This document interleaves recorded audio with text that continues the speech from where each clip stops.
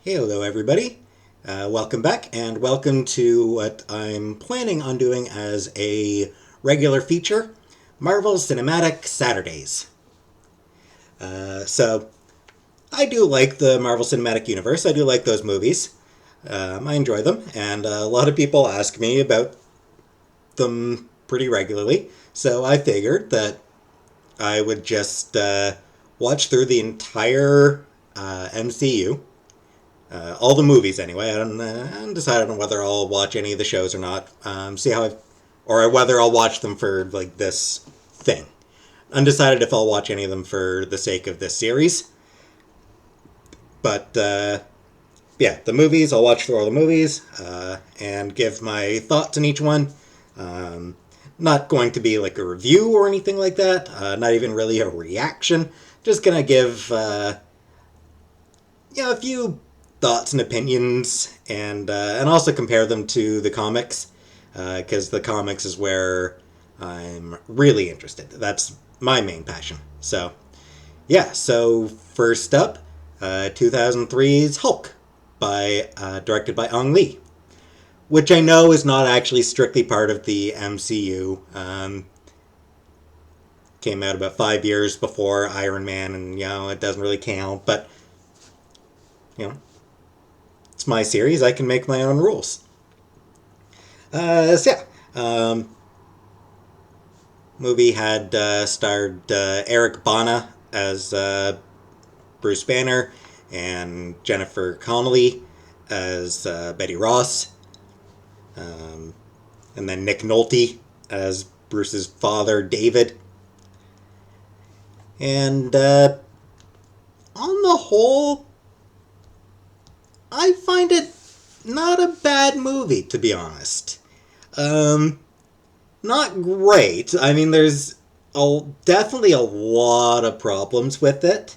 There's some, the plot is, some of the special effects certainly don't hold up. The CGI does not hold up at all.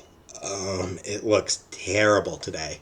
I'm not sure if it looked great at the time. I'm not even sure if it looked great at the time, to be honest. But definitely looking back at it 18 years later, CGI is really bad. Um, Bruce, Eric Bana, he's initially not too bad as Bruce. Seems emotionally reserved and definitely seems a bit nerdy. Um, but he definitely spends a lot of the film overacting, especially his anger when he's trying to act angry. He desperately overacts. It's it's not good at all. Um, yeah, he's got moments where he's really good, but there's also a lot of it where he's really bad. Um, Jennifer Connelly as Betty Ross. I liked her. I thought she did a solid job as Betty. She's a good actor. She knows what she's doing. Um, no complaints about her at all. She was solid all through. Um, the uh, the directing, I did like the directing. I think a lot of people sort of had issues with the visuals, but I liked it. I thought it was really cool the way that Lee played with the cameras and sort of gave it sort of like almost a comic panel appearance at times. I thought that was really good and like a really great way of paying homage to the comics medium. Did a really good job of sort of merging the film and comics mediums. Not a lot of movies have really tried anything like that. Uh, I know Into the Spider Verse, of course, was obviously the one that did it best. Um, nothing but love for Into the Spider-Verse, obviously. But yeah, I think Ang Lee did a really cool, interesting dynamic with that, and I think that deserves some praise. Um, some other random thoughts on it. Glenn Talbot was missing his mustache. He didn't have the mustache that he rocked in the comics. That was a mistake. Speaking of Glenn Talbot, in the comics, he's a pretty decent guy. He's a major in the military. Um, Serves under General Ross almost as a son, as the son that Thunderbolt Ross never had. Um, he actually married Betty in the comics. Um, they eventually split up, and then he died. Um, for most of his history, he was a pretty decent guy. He was a pretty stand-up dude. Um, Even though he was hunting the Hulk and everything, he was a stand-up dude. He did sort of later go off the rails, but whatever. Uh, yeah, I missed his mustache. Um, Early on in the movie, there was a scene um, where Betty asks where the normal night janitor is, and that scene kind of made me chuckle because who the hell knows the janitor's name? Yeah, how many people actually pay any attention to the janitor? It's just weird. Um, oh, actually, speaking of the interesting directing, uh, there was a really neat shot at one point of like Bruce was staring at a photograph of Betty, and then it sort of zooms in on the photo, and then sort of Bruce sort of just inserts into it, and I thought that was a really neat shot. I liked that shot. It was cool. Um, I also chuckled at a spooky shot of a man with three dogs. Spooky, ooh, creepy. Just a dude sitting there with three dogs. It was just funny. Uh, there's a scene where Jennifer Connelly was wearing a suit. Kudos on that. Jennifer Connelly in a suit. I am all there for that. Honestly, women in suits, that's definitely a kink for me. I'm not gonna lie. I like that. Um, the the fight against the Gamma dogs was the CGI dogs were just looked awful. They looked ridiculous, which made the whole fight ridiculous. Plus, the Hulk, the Incredible Hulk, strongest there is, fights dogs. That's definitely a choice right there. Um, I will say there was a good shot of Hulk and Betty standing beside each other that really highlighted the size difference between them. Because Betty was up to like his waist. He was like twice her size, and it gave a good sense of difference between them. Um, and then during that fight, the poodle understood the assignment. The poodle kept trying to go after Betty because that's what the dogs were there for. The dogs were there to try to attack Betty, and the poodle it kept trying to go after Betty. So kudos on the poodle for understanding the assignment. Um, then after that fight, we got to see some Banna Butt. Yay!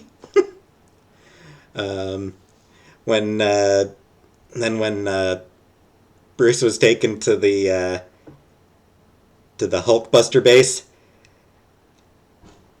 the shot of the layout was really cool.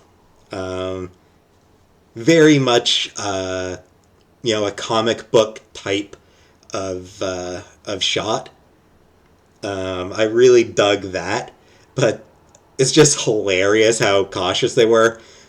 Just kept going and going and going and going. Um, Down, down, down, and it just amused me just how cautious they were. And then, of course, Hulk busted out regardless. And during that scene, Talbot's death was hilariously bad. Just the terrible CGI explosion and like Talbot's sort of leap forward, and it was just terrible and hilarious, and I loved it. Wouldn't have changed a thing about that. It is just perfectly terrible, perfectly campy. Um, and then with Hulk's escape, when he started smashing the tanks and everything, that was really cool. That was like a really fun sequence with them just smashing the tanks up. Um, and then, the helicopters with them like batting away missiles, and then at one point catching one of the missiles and biting the warhead off to spit at one of the helicopters. It was just fun watching Hulk just go wild on the military. You know, always loved that. And then there's another scene right near the end where David was trying to get Bruce to Hulk out, and he went on this wonderful little rant about the military, and I was kind of down with him for that. It's supposed to be like, oh, how dare he say that about the military? And I'm like, no, he's got some points. Yeah, he may be crazy, but he's got some points about the military. He's not wrong there. and, uh, and then during the battle, when he turned into electricity, I kind of have to think that might have been a bit of an homage to another supervillain, Zax. Um, yeah, and then on the whole, I enjoyed the movie more than I disliked it. Um, a lot of campy stuff in there. Um, a lot of overacting at times. Um, but nonetheless, and CGI that just does not hold up one bit. But either way, I had fun watching it. I did.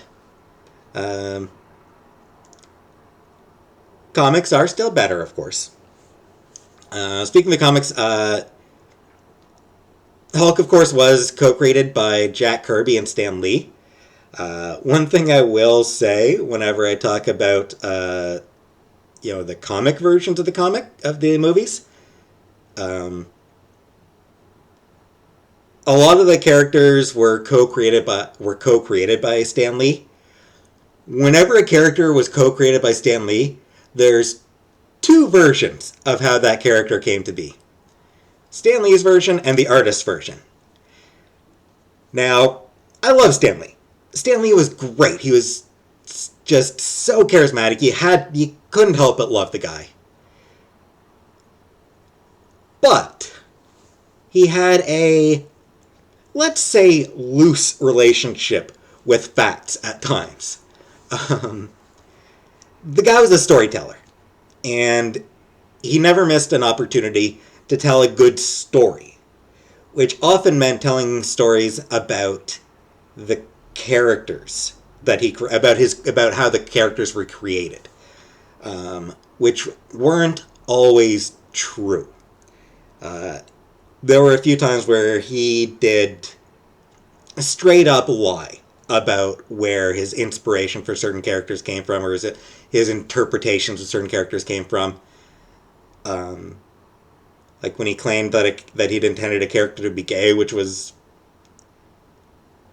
he clearly never had, or maybe most notably was when he talked about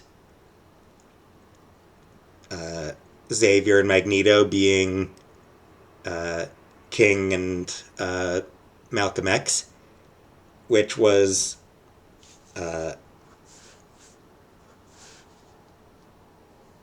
inaccurate and insulting to King and Malcolm. It's just not true that Lee intended that. That interpretation came later from readers. But, like I said, Lee loves a good story, so he adopted that as his story of how the X-Men were created, or of what he was intending with the X-Men. So, bearing that in mind, Lee's story behind the creation of the Hulk is that he saw how popular that the Thing was in Fantastic Four, and figured that people liked the flawed characters like that. They liked the monsters. So he figured, hey, a monster. And he specifically cited Frankenstein as an inspiration, because he's like he said he always rooted for the Frankenstein monster, and because he was just trying to live his life, wasn't trying to hurt anybody, just trying to live his life. And then Lee decided, hey, let's throw in a little Jekyll and Hyde as well. And it's a fairly straightforward explanation. Pretty believable. Kirby disagreed somewhat. Kirby had his own version that he was inspired when he saw a mother lift a car off her child, and the hysterical strength that a mother can get for their child, or when the adrenaline really starts going. So he says that inspired him to create the Hulk. Though he also cited Frankenstein as an inspiration. So yeah. So either way, Frankenstein was in there. The Hulk's early comics, quite honestly, kind of sucked. I hate to say it, but they were not very good. It was clear that the creators involved were just throwing things at a wall to see if anything would stick, but it never really got great sales. It got canceled pretty early. The Hulk stuck around, obviously, appeared in other books, and did eventually get his own solo again, which ran for a long, long time. He had a variety of writers. Never really fully clicked until Peter David took over as writer for Incredible Hulk. That was when the Hulk reached his first peak, I would say. Not that there were some pretty decent runs before that, but Peter David's where the Hulk really became a good comic worth reading. And obviously there have been other fantastic runs since then as well. The just finished Immortal Hulk run by Al Ewing and Joe Bennett. So good. Fantastic run. Yeah, at the time that Peter David took over Incredible Hulk, he was assigned to the book because it was about to be canceled anyway. Like, it was one of those things where they're like, hey, Peter, we're ready to cancel this book. We'll give you one shot at it. And he sort of blew it out of the park and made Hulk a great comic.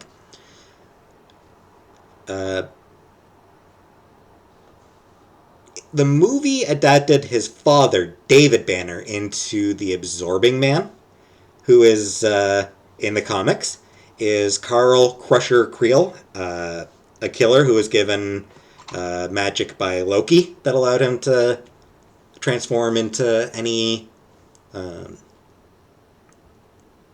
material he's in contact with. And Absorbing Man was early on more associated with Thor. Um, he did sort of start tangling with the Hulk more.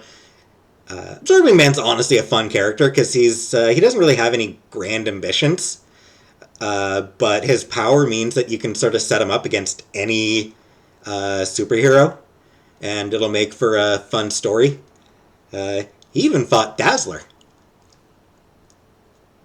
uh, which was great. I love Dazzler. Uh, so yeah, he's honestly the past few years he's actually starting in the '90s. Well, no, starting in the '80s. Starting in the '80s with the original Secret Wars, they really started uh, to turn Absorbing Man into a much more interesting character. They had him hook up with a girl named Titania, who is also awesome. They're married, and honestly, it's just their relationship is so good. Like they're just two villains who just have fun. All they're out for is to commit crimes, and then but in recent years they've sort of been uh, less inclined to crime. They've been trying to move away from that, and which has been a lot of fun as well. They were in the Immortal Hulk series as well, and yeah, it's just they're great. I love Absorbing Man. Um, Betty Ross has had her own fun with Gamma over the years. She became the Harpy at one point, and then she died, and then she came back as Red Hulk or Red She Hulk, which was a lot of fun. She had her own solo at that point, and it was a great solo, um, written by Catherine Immonen, if I remember correctly, and it was really good. And more recently, she's back to Red Harpy. Um, and she's a very complex character, and I really like her. As for Bruce and David in the comics, again, Bruce actually. So, David was an abusive father right from the start. Like, right from the start, he saw Bruce as a monster, um, and one who was taking stealing the attention of his wife. So he always hated and resented Bruce, and he did end up killing his wife, um, and then went to prison for that. Uh, when he was let out of prison years later, he went to live with Bruce, and that went poorly. And they both ran into each other at the cemetery where Bruce's mom was buried, and they had a fight. And in that fight, Bruce killed his father um, by kicking him so David's head smashed against his wife's tombstone, and that killed him.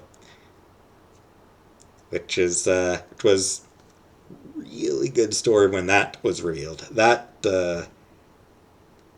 was really a really emotional story when that reveal ended up happening. Um, and since then, David's become sort of a recurring nightmare for Bruce now and then. Um,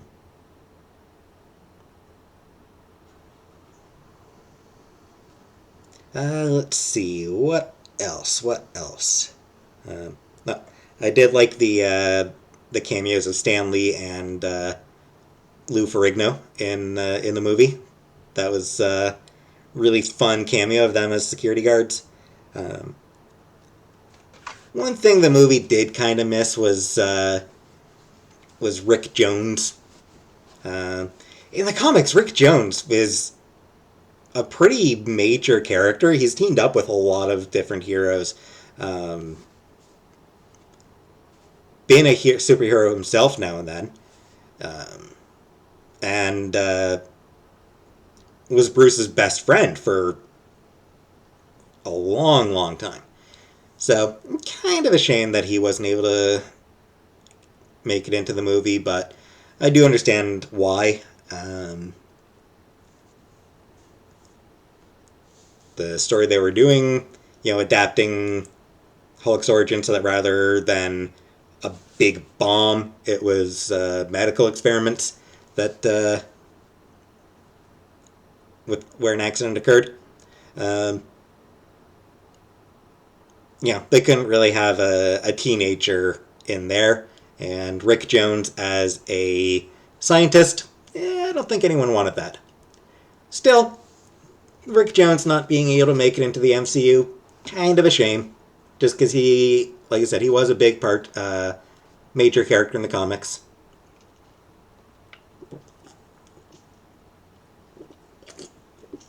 Um, what else? What else? What else? Oh, Thunderbolt Ross has been a Hulk. He was a Red Hulk for a while. So more fun for that. Beyond that, I think I've said about everything that's worthwhile for me to say about the movie and how it compares to the comics. If you are looking for a place to start with the Hulk, I would probably recommend the Peter David run. Um,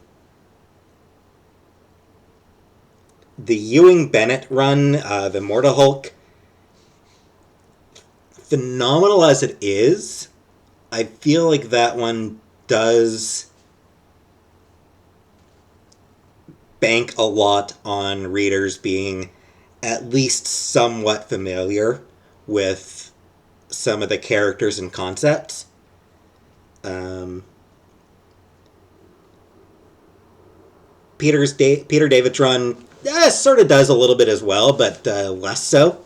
I find that one a lot more for new reader friendly, and like I said, I mean it's one of the Hulk's most iconic runs, and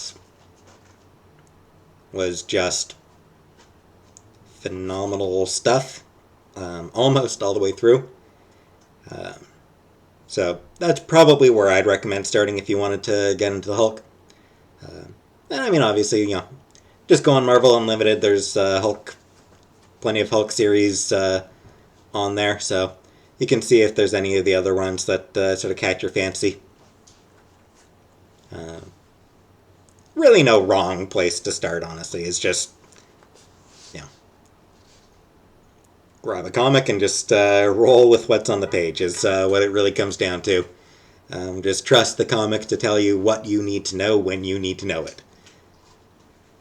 So beyond that, I think that will do for this video. And do want to thank you for watching. And have a nice night. Bye. James Smash!